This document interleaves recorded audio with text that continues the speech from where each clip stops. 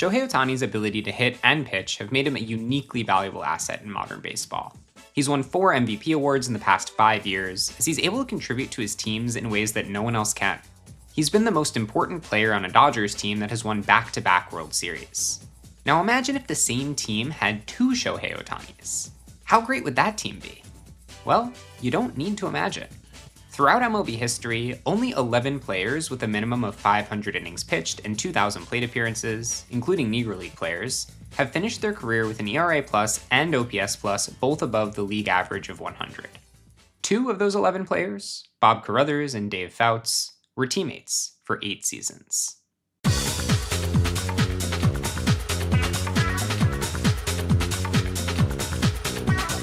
Dave Foutz was a hustler. He spent his early 20s mining for silver with his brother, crushing at the poker table, and playing baseball. The first 2 activities were his primary sources of income until 1883, when the 26-year-old Foutz signed a contract to play minor league baseball with the Northwestern League's Bay City team. He played for Bay City in 1883 and part of 1884.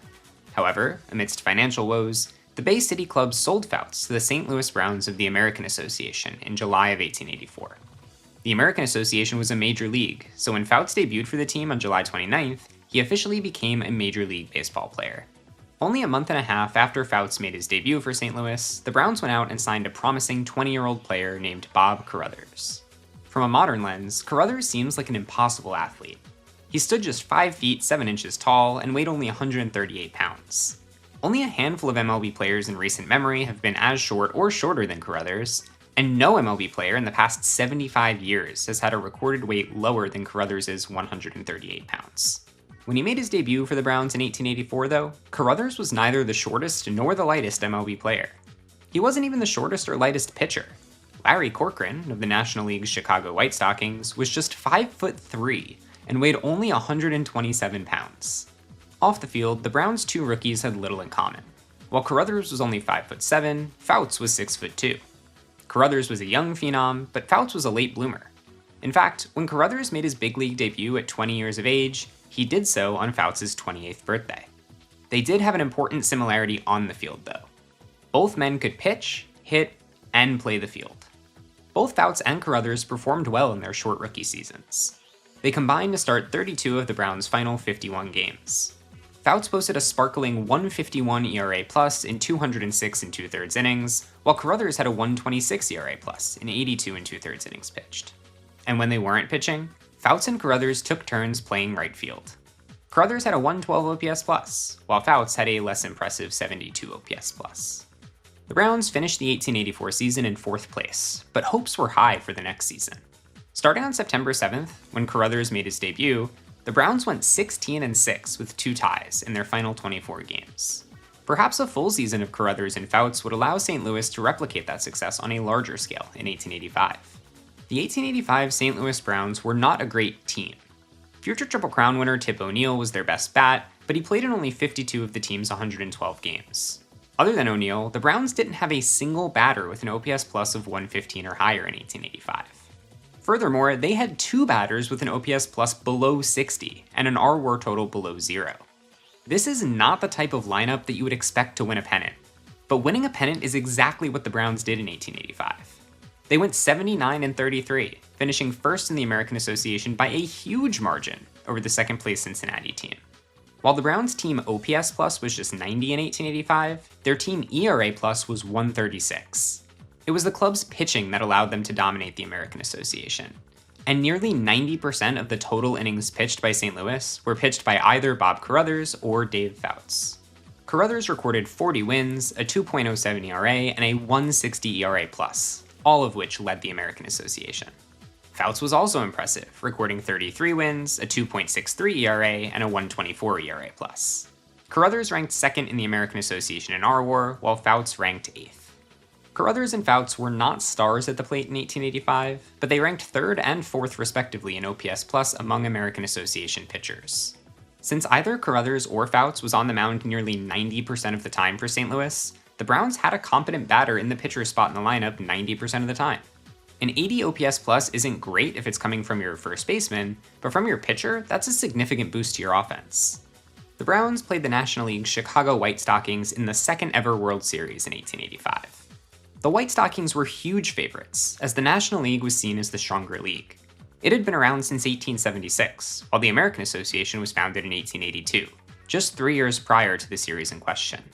The White Stockings had established stars like Cap Anson, Jim McCormick, and the NL's best pitcher that season, John Clarkson. Yet, the Browns tied the series with the White Stockings. The first game ended in a 5-5 tie, and each team won 3 of the remaining 6 games. Caruthers and Foutz were the only players to pitch for St. Louis in the series, and both performed well. Foutz' stat line is pretty interesting. He gave up only 2 earned runs in 29 innings pitched, but he gave up an additional 18 unearned runs. When they weren't pitching, Caruthers played 7 games in the outfield in 1885, and Foutz played 4 games in the outfield and 15 games at first base. They were good hitting pitchers that could play the field in a pinch, but that's hardly deserving of a comparison to Shohei Ohtani, even if they did carry St. Louis to a pennant and a World Series tie with their arms. I mean, come on, I'm getting sick and tired of all the clickbait titles on YouTube these days. Ohtanis has a career 143 ERA+, and a career 160 OPS+. Neither of these guys can match that.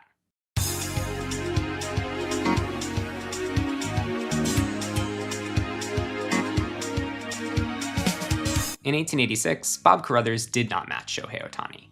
He put up numbers that no non-Negro League player, including Ohtanis, has been able to replicate since. Caruthers, who is now being called Parisian Bob because he, went to Paris once, was excellent on the mound, pitching 387 1/3 innings with a 2.32 ERA and a 147 ERA+. But he was even better at the plate. In 1886, 22-year-old Bob Caruthers hit .334 with a .448 on-base percentage and a .527 slugging percentage. Caruthers led the American Association in OBP by a huge margin in 1886. He also led the league with a ridiculous 201 OPS+. In over 150 years of professional baseball, Caruthers is one of just 31 players to have an OPS+ of 200 or higher in a qualified National League, American League, National Association, or American Association season. He is the only player to do it, while playing at least 15% of his games as a pitcher. The average of Bob Caruthers' ERA+ and OPS+ in 1886 was 174.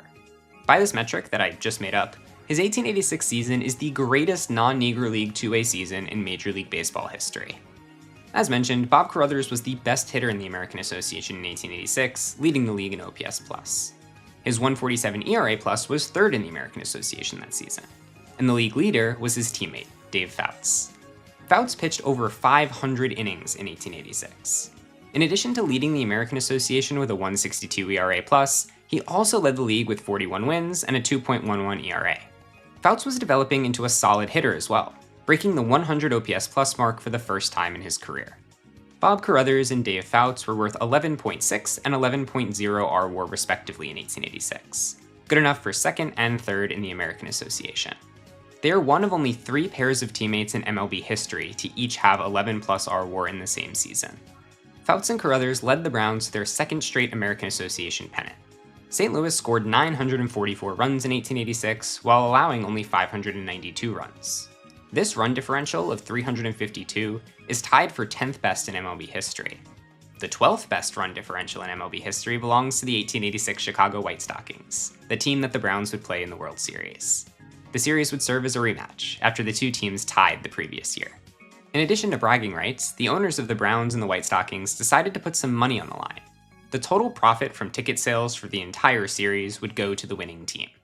Gambling on baseball is okay when the owners of the teams do it, apparently. Game 1 featured a matchup of 2 of the game's best pitchers, Dave Foutz for the Browns and John Clarkson for the White Stockings. The White Stockings would come out on top 6-0, with Clarkson pitching a complete game 5-hit shutout. Bob Caruthers and Jim McCormick were the starting pitchers for Game 2, and it was St. Louis's turn to shut out the opposition. Caruthers gave up only 2 hits en route to a 12-0 shutout victory for the Browns. Tip O'Neill hit 2 home runs, and the White Stockings made 12 errors during the game. The game was called after 8 innings due to darkness. With the series now tied at 1 game apiece, Browns player-manager Charlie Comiskey handed the ball to Bob Caruthers to start Game 3 on 0 days rest, rather than starting Foutz or the team's third pitcher, 17-year-old Nat Hudson. John Clarkson pitched for the White Stockings. Caruthers was understandably not as effective as usual after pitching 8 innings the previous day, and the Browns lost the game 11-4. After the first 3 games were played in Chicago, the series moved to St. Louis for the next 3 games.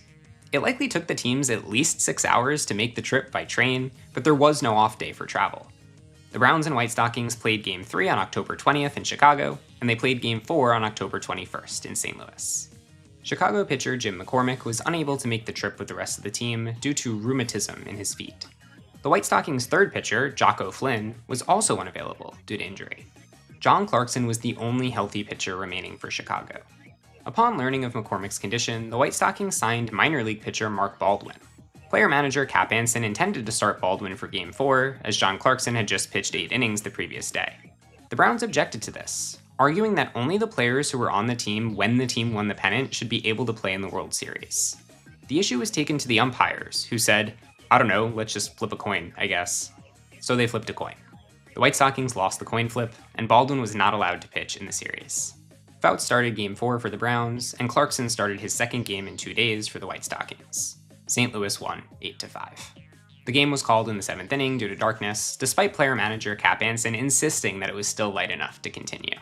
Nat Hudson made his first start of the series for St. Louis in Game 5, with the series now tied at 2 games apiece. Anson, not wanting to put Clarkson on the mound for the 3rd day in a row, was forced to improvise. Different sources provide contradictory information about who started the game and who came on in relief, but the 2 pitchers for the White Stockings in Game 5 were outfielder Jimmy Ryan and shortstop Ed Williamson. Ryan had pitched a total of 23 1/3 major league innings prior to his World Series appearance, while Williamson had pitched a total of 33 innings. The Browns scored 10 runs on Chicago's position player pitchers, and they won the game 10-3. John Clarkson took the mound for the White Stockings for the 3rd time in 4 days in Game 6. Caruthers started for the Browns. The 1 day off seemed to work wonders for Clarkson, as he held the Browns off the scoreboard for the first 7 innings. The White Stockings took a 3-0 lead into the bottom of the 8th inning, but with 2 outs in the inning and already 1 run in, Arlie Latham knocked in 2 more runs with a triple to tie the game. Neither team scored in the 9th inning, and the Browns kept the White Stockings off the scoreboard in the top of the 10th. Browns outfielder Kurt Welch led off the bottom of the 10th with a single. He moved to third base after an error and a bunt. Catcher Doc Bouchon came to the plate with Welch as the winning run on third base. The second pitch of the at-bat got past Chicago catcher King Kelly, and Welch ran home, winning the game and the series for St. Louis. The play was dubbed the $15,000 slide, even though Welch never slid into home plate, and the amount that St. Louis earned from the series was less than $15,000. In total, 7 World Series were played between the champions of the National League and the champions of the American Association. The 1886 St. Louis Browns were the only American Association team to win.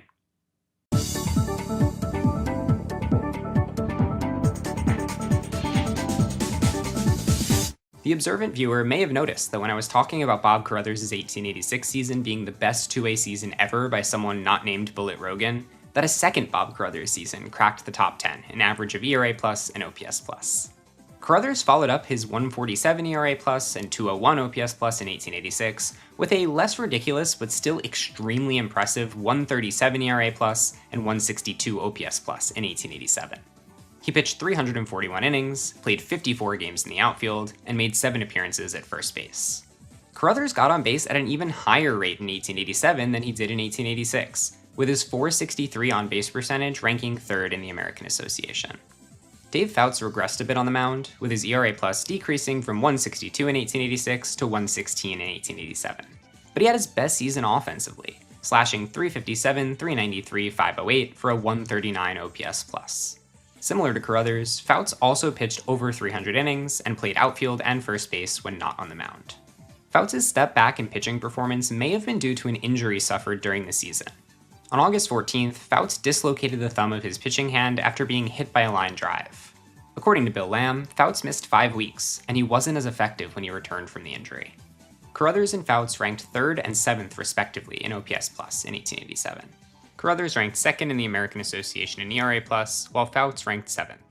Foutz was worth 3.9 RWAR, while Caruthers was worth 10.7, good enough for 3rd in the American Association. It was the 3rd season in a row for Caruthers in which he was worth at least 10 RWAR. With Caruthers and Foutz continuing to contribute both on the mound and at the plate, and with outfielder Tip O'Neill leading the league in every offensive stat imaginable and winning the 2nd batting triple crown in MLB history, the St. Louis Browns coasted to their 3rd consecutive American Association pennant. The Browns faced off against the National League's Detroit Wolverines in a 15-game World Series that would take place in 10 different cities in a span of only 17 days. On October 10th and 11th, the teams would play the first 2 games of the series at Sportsman's Park in St. Louis. They would then travel to Detroit to play Game 3 on October 12th. Keep in mind, there were no airplanes, and cars had just been invented the previous year. We're talking at least 10 hours on a train, probably more, to get from St. Louis to Detroit. But there were no days off. Game 4 was played the next day, October 13th, in Pittsburgh. Then Game 5 was played in Brooklyn on October 14th. Fortunately, the journey to their next city was a bit quicker, as Game 6 took place at the Polo Grounds in Manhattan on October 15th. Finally, after 6 games and 1,200 miles of traveling in just 6 days, the players had a day off on October 16th. Game 7 was played in Philadelphia on October 17th, Game 8 was played in Boston on October 18th, then the players traveled back to Philadelphia for Game 9 on October 19th. Game 10 was supposed to be played in Washington, D.C. on October 20th, but the game had to be postponed due to rain. To make up the game, the Browns and the Wolverines played Game 10 in Washington on the morning of October 21st, then they traveled to Baltimore to play Game 11 on the afternoon of October 21st. Yes, you heard that correctly. The 1887 World Series featured a doubleheader in 2 different cities before the advent of airplanes or stadium lighting. Both games had to be finished before the sun set. The teams returned to Brooklyn to play Game 12 the next day, and they had only their second scheduled day off of the series on October 23rd. It wasn't much of a day off though, as the teams had to travel over 600 miles from Brooklyn to Detroit. Game 13 was played on October 24th in Detroit, Game 14 was played on October 25th in Chicago, and Game 15 was played on October 26th in St. Louis. Over a span of 17 days from October 10th to October 26th, the St. Louis Browns and the Detroit Wolverines traveled over 3,000 miles and played 139 innings of baseball. The Wolverines won the series 10-5. They clinched the series with their 8th victory in Game 11. Browns owner Chris Von der Eye was disappointed with the outcome of the series, and as a result, he sold Caruthers, Foutz, and catcher Doc Bouchon to the Brooklyn Grays in the offseason.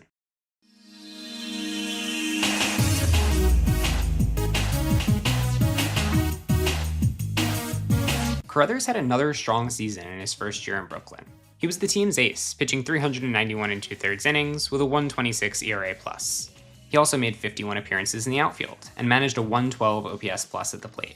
He was worth 6.6 R-WAR in 1888. Fouts' hand injury seemed to have a permanent effect on him, as he pitched only 176 innings as Brooklyn's 4th pitcher in 1888. He did manage a very respectable 1.20 ERA+ in these 176 innings, but Fouts' role was clearly changing from that of an ace pitcher that could also hit, to that of a full-time position player that could also pitch. Foutz made 78 appearances in the outfield in 1888 and 42 appearances at first base. He had a 120 OPS plus and was worth 3.8 R-WAR. 1888 was the 3rd season in a row that Caruthers and Foutz both had an ERA plus and OPS plus above the league average of 100. The additions of Caruthers and Foutz helped propel Brooklyn from 6th place the previous year to a 2nd place finish in 1888. They won 28 more games in 1888 than they had in 1887. However, even without Caruthers and Foutz, the St. Louis Browns won their 4th straight American Association pennant, thanks in large part to a terrific season from 20-year-old pitcher Silver King. Caruthers had another great season in 1889, pitching 445 innings with a 1.10 ERA+, posting a 127 OPS plus at the plate, and accumulating 8.4 R-WAR. Foutz, however, was no longer the pitcher that he once was. He threw only 52 2/3 innings with an 80 ERA+. Fortunately for Foutz, his bat was good enough for him to remain an everyday player. He played in 138 of Brooklyn's 140 games, primarily serving as the team's starting first baseman. The Brooklyn team, who had been given the nickname the Bridegrooms, since a lot of their players, including both Caruthers and Foutz, had recently gotten married, won the American Association pennant in 1889, and Caruthers and Foutz played in their 4th World Series as teammates. Unfortunately, Brooklyn lost the series 6-3 to a New York Giants team that featured 6 future Hall of Famers. In 1890, John Ward led a revolution, but both Caruthers and Foutz stayed with the Brooklyn Bridegrooms. They did switch leagues, however, as the Brooklyn team left the American Association and joined the National League.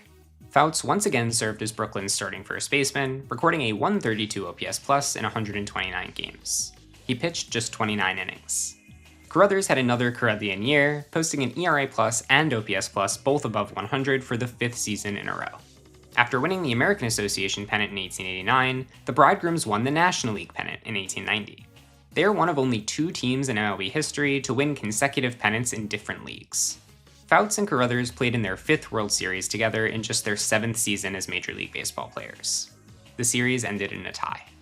1891 was the duo's 8th and final year as teammates. Even though he was just 27 years old, Caruthers' arm was showing signs of wear and tear after throwing 2,430 innings over the past 7 seasons. He was still effective in 1891, but his 104 ERA plus was the lowest mark of his career, and his 297 innings pitched were the fewest in a season since his rookie year, when he debuted in September. He recorded a 122 OPS plus as a batter, making 1891 his 6th consecutive season with an ERA plus and OPS plus both above 100. Foutz took a step back in 1891 as well. Although he and Caruthers had debuted in the same season, he was 7 years older than Caruthers, and his age was starting to catch up with him. He recorded a 98 OPS plus as Brooklyn's starting first baseman. In 1892, Caruthers returned to the St. Louis Browns, who had since switched over to the National League following the collapse of the American Association after the 1891 season.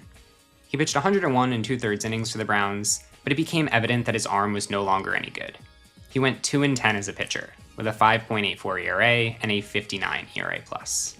This career trajectory was typical of pitchers in the 1800s. Many pitchers became completely ineffective before their 30th birthday due to extreme overuse in their younger years. Bob Caruthers was not like other pitchers, though, because pitching was not his only skill. In 1892, he transitioned to primarily playing as an outfielder, appearing in 122 games in the outfield. Caruthers hit .277, .386, .357 with a 120 OPS plus in 1892. 1893 would be Caruthers' final major league season. He played just 14 games for the Chicago Colts and the Cincinnati Reds. He hit well in those 14 games, slashing .275, .456, .373 with a 119 OPS plus, but major league teams evidently had no interest in signing him as a full-time outfielder. He continued to play outfield and first base for minor league teams, but he never returned to the big leagues, despite still being able to put up good offensive numbers. Despite being 7 years older than Caruthers, and despite being a less talented player overall, Foutz actually outlasted Caruthers in the major leagues by 3 years. He stayed in Brooklyn when Caruthers went back to St. Louis in 1892, and he had the worst season of his career, hitting just .186 with a 48 OPS plus. The silver lining, though, was that Foutz made a return to the pitching mound in 1892. He threw 203 innings and recorded a below-average 93 ERA+. Foutz split time between outfield and first base in 1893, recording just a 72 OPS plus and 589 plate appearances. However, he served an additional role that season, as he took over as player-manager. He remained with Brooklyn as manager and part-time player for 3 more seasons, before retiring at age 39 in 1896. There was, unfortunately, one more thing that Foutz and Caruthers had in common. Both men died young. Foutz died from an asthma attack at 40 years old, just 1 year after his final season managing the Brooklyn team. Caruthers died at 47, likely due to illness. His exact cause of death is unknown. Dave Foutz finished his career with a 2.84 ERA and a 124 ERA plus in 1,997 1/3 innings pitched. As a batter, he recorded a .276, .323, .378 triple slash with a 102 OPS plus in 4,859 plate appearances. He was worth 35.4 RWAR for his career. Bob Caruthers finished his career with a remarkably similar 2.83 ERA and 122 ERA plus in 2,828 2/3 innings pitched. He recorded a .282, .391, .400 triple slash with a 134 OPS plus in 2,906 plate appearances. Among players to pitch at least 500 innings and have over 2,000 plate appearances, Bob Caruthers ranks 5th in on-base percentage and 4th in OPS plus. He was worth 59.5 RWAR for his career. To tie it back to the guy that I used for clickbait in the title, Dave Foutz admittedly never quite reached Ohtanis levels of 2A dominance. He was a world-class pitcher before his hand injury, but his best offensive seasons came after his best pitching seasons. Caruthers, though, had a peak that was every bit as good as Ohtanis. Here's a comparison of each player's best 5-year stretch. Ohtanis has the edge in rate stats, but Caruthers makes up for it in volume. Bob Caruthers has never really been considered for the Hall of Fame by any of the various iterations of the Veterans Committee, but I believe that he belongs in Cooperstown. And if you've seen this video, you may remember that I included him in my Hall of Excellence. He was one of the greatest two-way players ever. He and Foutz led St. Louis and Brooklyn to a combined 5 pennants, and they were key players on the only American Association team to ever win the World Series. American Association players have historically been ignored when it comes to Hall of Fame consideration, so my hopes aren't high, but I would love to see him at least appear on a classic baseball era committee ballot in the future. Thank you all for watching, and a special thanks to my Patreon supporters and YouTube members. If you'd like to support me, the link to my Patreon is in the description, or you can click the join button below to become a member on YouTube. Membership costs $5 per month on either platform, and you get access to extra content, my Hall of Fame spreadsheet, and more. Thanks again. Bye everyone.